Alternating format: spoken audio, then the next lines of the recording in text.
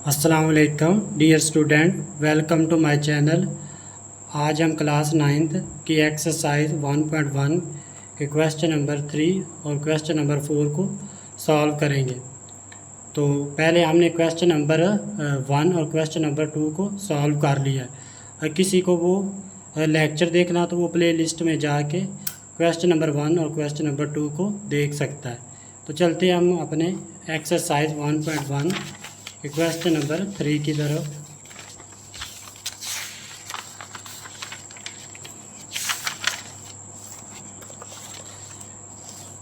तो question number 3 में वो ये पूछ रहा है, express the following as a rational number p by q where p and q are integers and q not equal to zero.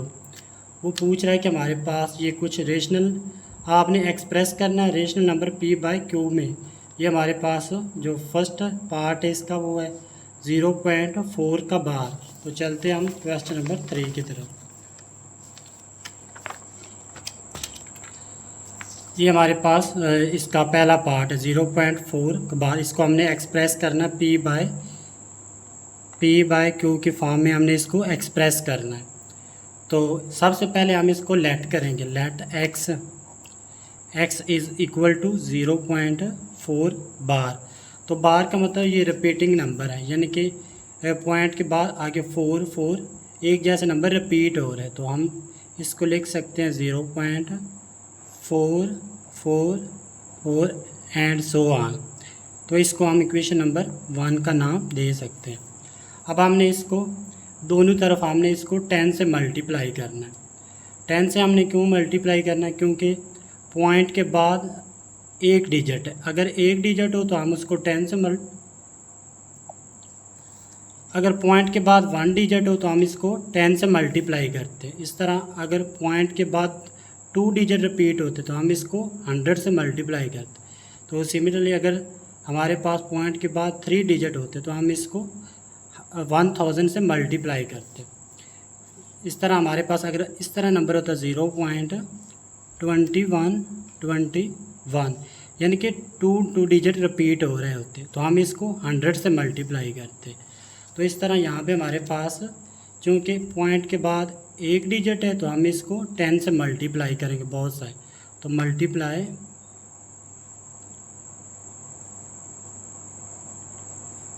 10 multiply by 10 both side.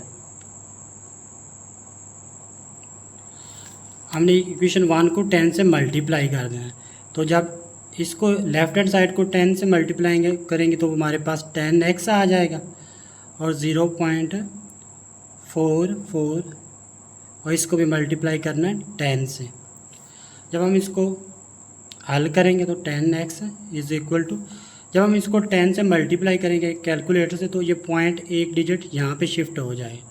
तो हमारे पास आ जाएगा 4.44 एंड 4 एंड सो ऑन। तो इसको हम इक्वेशन इसको आप equation number 2 का नाम दे लें। अब हमने इसको ये फर्दर सॉल्व करना। अब हमने इसको जो पॉइंट के पहले डिजिट है इसको हमने अलग कर देना और जो पॉइंट के बाद डिजिट है इसको हमने अलग कर देना।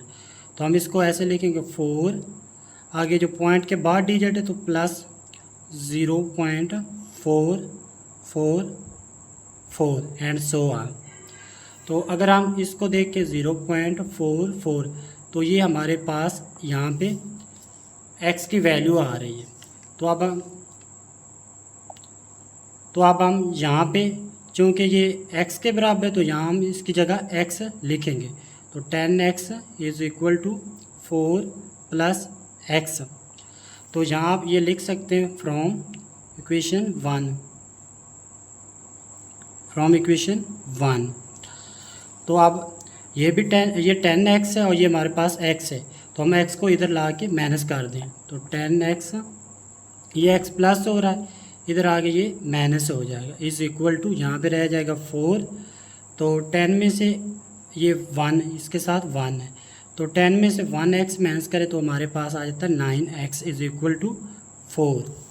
अब हम इसको फर्दर देखते हैं। तो ये 9 जो है ये x के साथ मल्टीप्लाई हो रहा है तो जब इधर आएगा तो ये डिवाइड हो, तो x इज़ इक्वल टू 4/9। तो ये हमारे पास ये p/q फॉर्म आ, ये हमारे पास ये इसका आंसर है। अब हम अगले पार्ट 0.37 इसको हल करते, तो वही स्टेप जो हमने पार्ट 1 में किए थे वही स्टेप। सबसे पहले हमने इसको लेट करना है, लेट x के, तो 0.37 ऊपर बार, तो x हमारे पास, बार का मतलब होता है कि ये डिजिट आगे रिपीट हो रहा है, तो हम इसको इस तरह लिख सकते हैं 0.37 फिर 37 फिर 37 एंड सो ऑन। चूँकि ये बार का मतलब है कि ये डिजिट पॉइंट के बाद रिपीट हो रहा है, इसको हम नाम दे देते हैं इक्वेशन नंबर 1 का।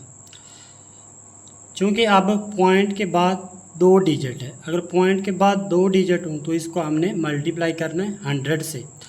अगर 1 डिजिट होता तो हमने इसको 10 से मल्टीप्लाई करना था। अगर पॉइंट के बाद 2 डिजिट हो तो हमने इसको 100 से मल्टीप्लाई। इस तरह अगर 3 डिजिट होते इस तरह होता है कि वैल्यू 0. और इस तरह की वैल्यू होती है 0.231 यानी कि 3 डिजिट रिपीट होते, तो हम इसको 1000 से मल्टीप्लाई करते। क्योंकि ये पॉइंट के बाद 2 डिजिट है तो हम इसको दोनों तरफ 100 से मल्टीप्लाई करेंगे, तो हम लिखेंगे multiply by 100 both side.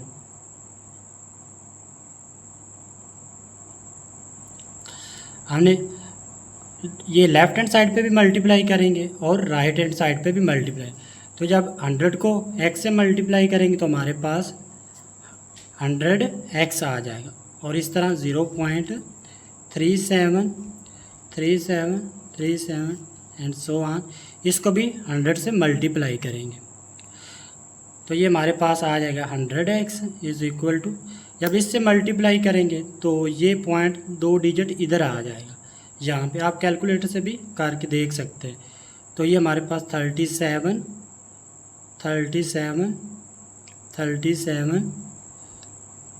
And so on. अब हम इसको जो पॉइंट है, पॉइंट के जो पहले वैल्यू इसको अलग कर लेंगे और जो पॉइंट के बाद इसको अलग कर लेंगे।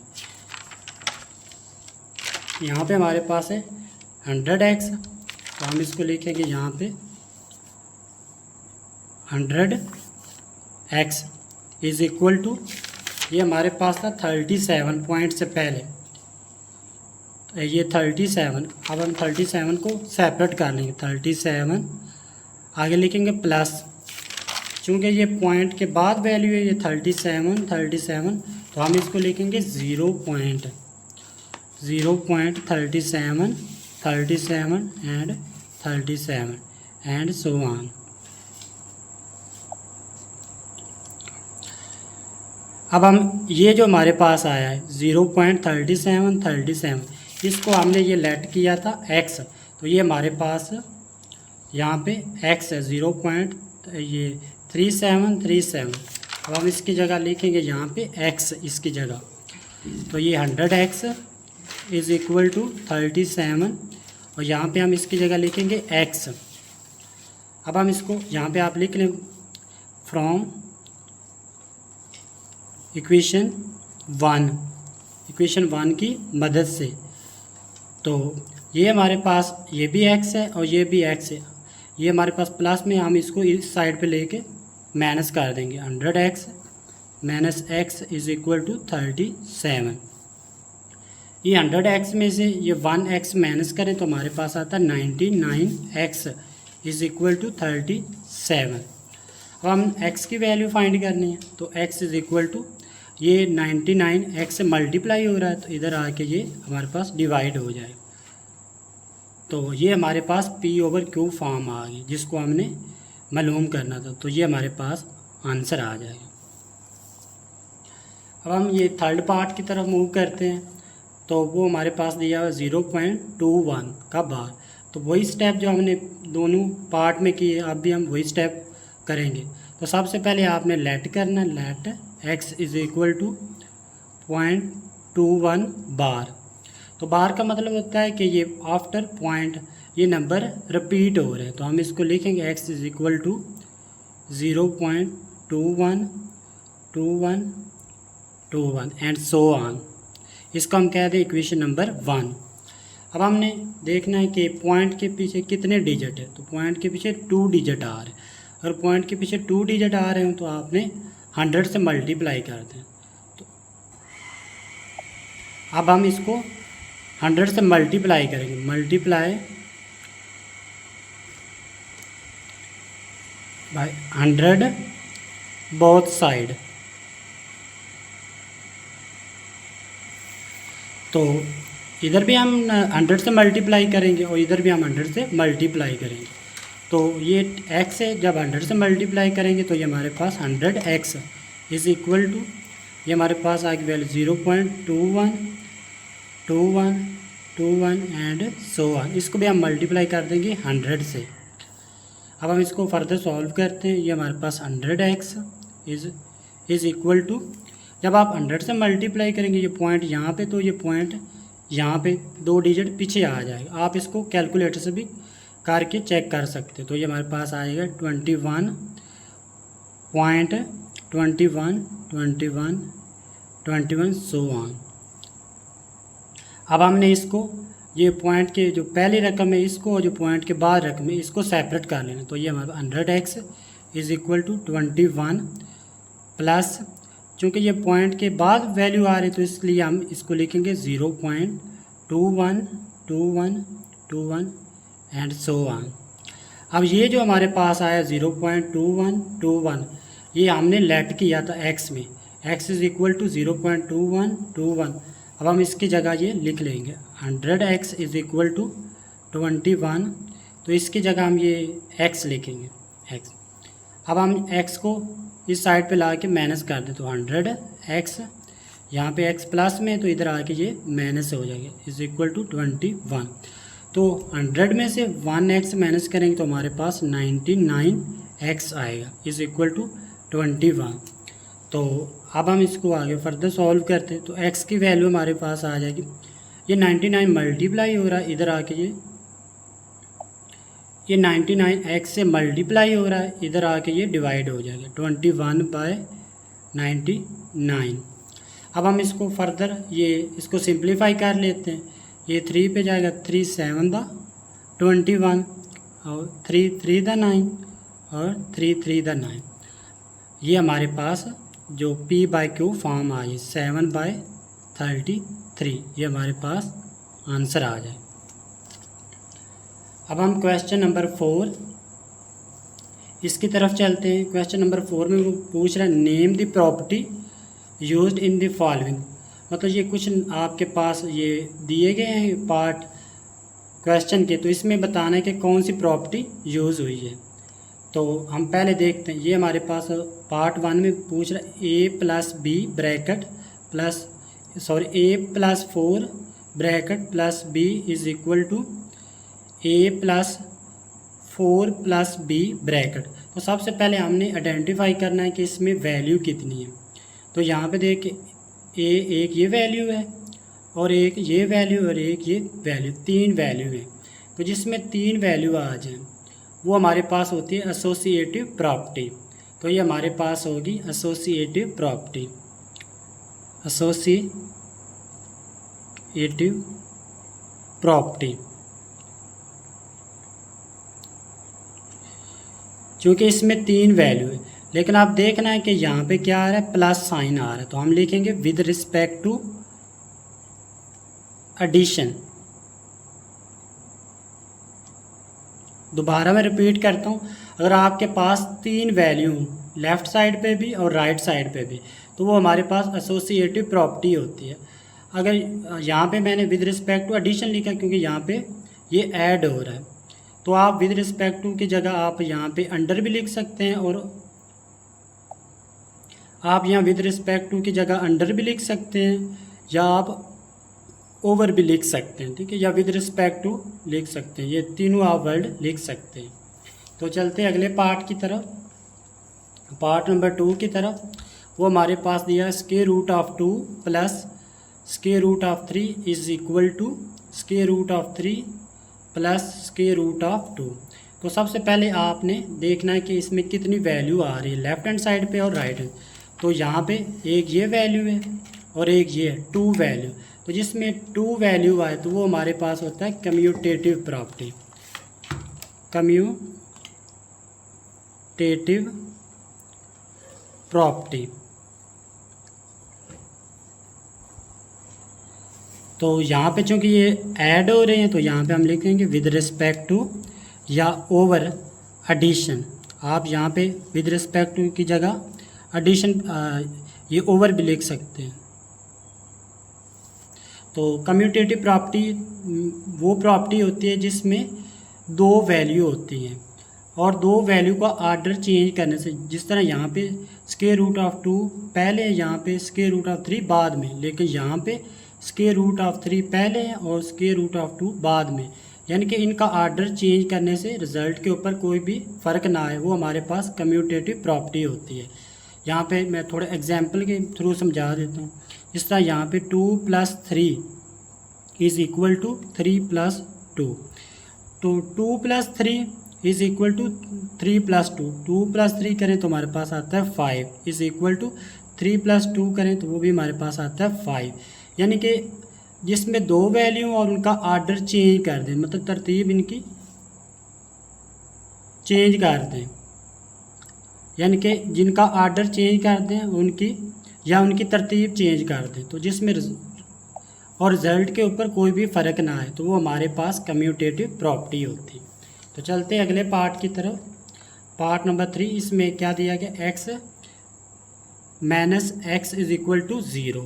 तो इसको हम, ये कौन सी प्रॉपर्टी है, ये हमारे पास, इसको थोड़ा एक्सप्लेन करते हैं। x इसको हम ऐसे लिख सकते हैं, x + -x is equal to 0, चूँकि प्लस माइनस ही हो जाता है। तो ये तो हमारे पास ये x इसके साथ प्लस है और ये जो x है इसके साथ माइनस है, तो ये हमारे पास होगा इन्वर्स।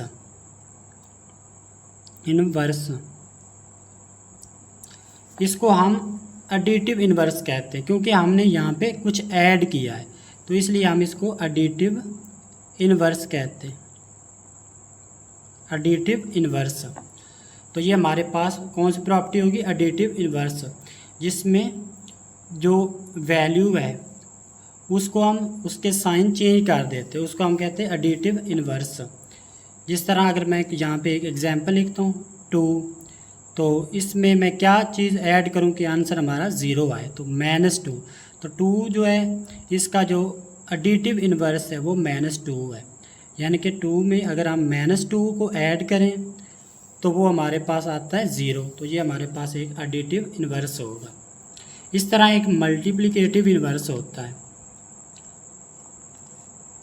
जिसमें हम x को मल्टीप्लाई करते हैं उस नंबर से कि आंसर हमारे पास 1 आए। जिस तरह x हम इसको मल्टीप्लाई करेंगे किसी ऐसे नंबर से कि हमारे पास आंसर 1 आए, तो x को हम मल्टीप्लाई करेंगे 1/x से, चूँकि x से कैंसिल हो जाएगा, तो ये हमारे पास आ जाएगा मल्टीप्लिकेटिव इन्वर्स।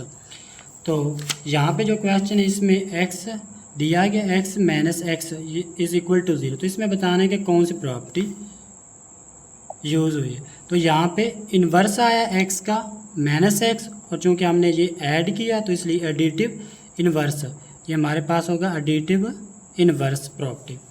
अब हम अगले पार्ट 4 की तरफ मूव करते हैं। ये हमारे पास दिया है a × b + c is equal to ab + ac। तो ये एक तो a हमारे पास जो है ना मल्टीप्लाई हो रहा है इस पूरी ब्रैकेट से, और a ये लेफ़्ट पे, तो पहले हम लिखेंगे लेफ़्ट, चूँकि ये इसके साथ डिस्ट्रीब्यूट कर रहा है तो इसको लिखेंगे लेफ़्ट डिस्ट्रीब्यूटिव प्रॉपर्टी।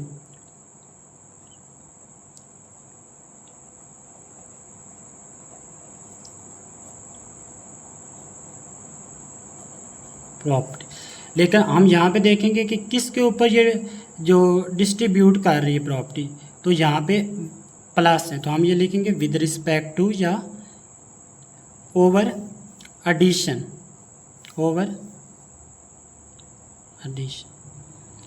तो यहाँ पे जो प्रॉपर्टी यूज़ हुई है वो लेफ़्ट, क्योंकि ये ए लेफ़्ट साइड पे, तो इसलिए हम लिखेंगे left distributive property with respect to addition. और फॉर एग्जांपल ये ए इस साइड पे होता तो हम ये कहते हैं right distributive property with respect to addition, क्योंकि यहाँ पे जो ए है ये डिस्ट्रीब्यूट करेगा, ए को बी से भी मल्टीप्लाई करेंगे और फिर ए को अगले सी से भी मल्टीप्लाई करेंगे। तो चलते हैं अगले पार्ट की तरफ। ये हमारे पास 16 + 0 = 16। तो ये हमारे पास कौन सी प्रॉपर्टी होगी ये हम देखते हैं।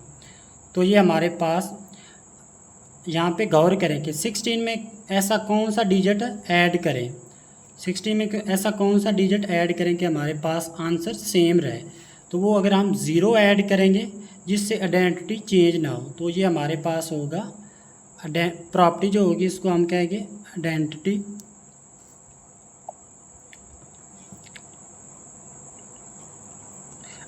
जिससे आइडेंटिटी चेंज ना हो। अगर 16 में वो कौन सा ऐसा नंबर ऐड करें कि हमारे पास जो रिज़ल्ट है वो सेम आए, मतलब आइडेंटिटी चेंज ना हो। क्योंकि हमने इसमें ये ऐड किया तो इसलिए हम इसको कहेंगे एडिटिव आइडेंटिटी। तो एडिटिव आइडेंटिटी यहाँ पे प्रॉपर्टी यूज़ होगी। तो आपने याद रखना एडिटिव आइडेंटिटी 0 होता है कि 16 में कोई भी नंबर हो जिसमें आप वो नंबर ऐड करें जिससे रिज़ल्ट के ऊपर कोई भी फ़र्क ना पड़े, तो वो हमारे पास होता है एडिटिव आइडेंटिटी, तो वो हमारे पास होता है 0। तो 16 में अगर मैं 0 ऐड करूँगा तो हमारा आंसर सेम आएगा, ठीक है, जो 16 था। तो इसलिए हम ये आइडेंटिटी चेंज नहीं हुई, इसलिए हमने इसको कहा एडिटिव आइडेंटिटी। और एडिटिव इसलिए कहा है क्योंकि यहाँ पे ये ऐड हो रहा है, इसलिए हम कहेंगे यहाँ पे जो प्रॉपर्टी यूज़ हुई है वो एडिटिव आइडेंटिटी। तो चलते हैं अगले पार्ट की तरफ, पार्ट नंबर 6 की तरफ।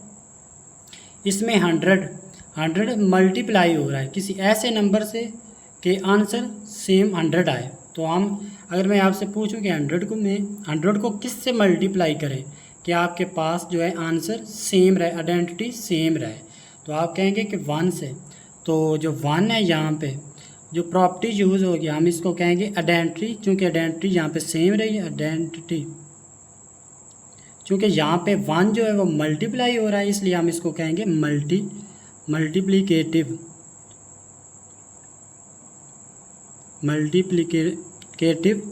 आइडेंटिटी। जिस तरह हमने वहाँ पे देखा था कि ऐसा कौन सा नंबर ऐड करें कि आइडेंटिटी सेम रहे, तो उसको हम कहेंगे एडिटिव आइडेंटिटी। लेकिन यहाँ पे ऐसा कौन सा नंबर मल्टीप्लाई करें कि आइडेंटिटी सेम रहे, मतलब सेम रिज़ल्ट आए, तो वो हमारे पास होगी मल्टीप्लिकेटिव आइडेंटिटी। तो चलते हैं अगले पार्ट की तरफ, पार्ट नंबर 7। इसमें कह रहा है कि 4 × 5 × 8 = 4 × 5 × 8। तो यहाँ पे हमारे पास 3 वैल्यू आ रहे, 1, 2 और 3। यहाँ पे 1, 2 और 3। तो मैंने बताया था जिसमें 3 वैल्यू आती है उसको हम कहते हैं एसोसिएटिव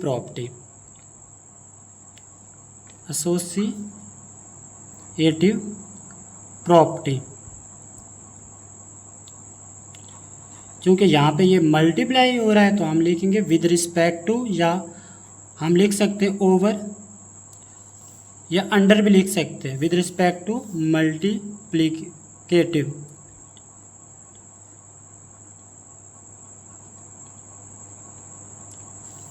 तो एसोसिएटिव प्रॉपर्टी वो प्रॉपर्टी होती है जिस यहाँ पे ब्रैकेट चेंज करने से आंसर के ऊपर कोई भी फ़र्क ना आए। जिस तरह यहाँ पे 4 मल्टीप्लाई एंड पे ब्रैकेट है, 5 और 8 मल्टीप्लाई हो रहे हैं, ये इसके अंदर ब्रैकेट है, लेकिन यहाँ पे राइट साइड में जो पहले 2 नंबर है 4 और 5 इसके ऊपर ब्रैकेट है।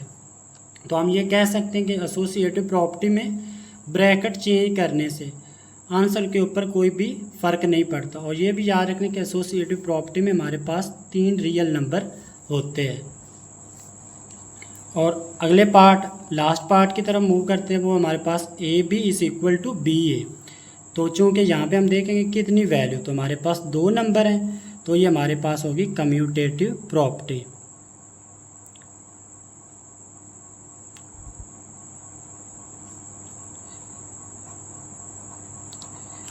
तो हमने देखा था जिसके अंदर दो नंबर होते हैं उसको हम बोलते हैं कम्यूटेटिव प्रॉपर्टी। क्योंकि ये दोनों मल्टीप्लाई हो रहे हैं तो लिखेंगे विद रिस्पेक्ट टू या अंडर, तो लिखेंगे विद रिस्पेक्ट टू या ओवर या अंडर मल्टीप्लिकेटिव।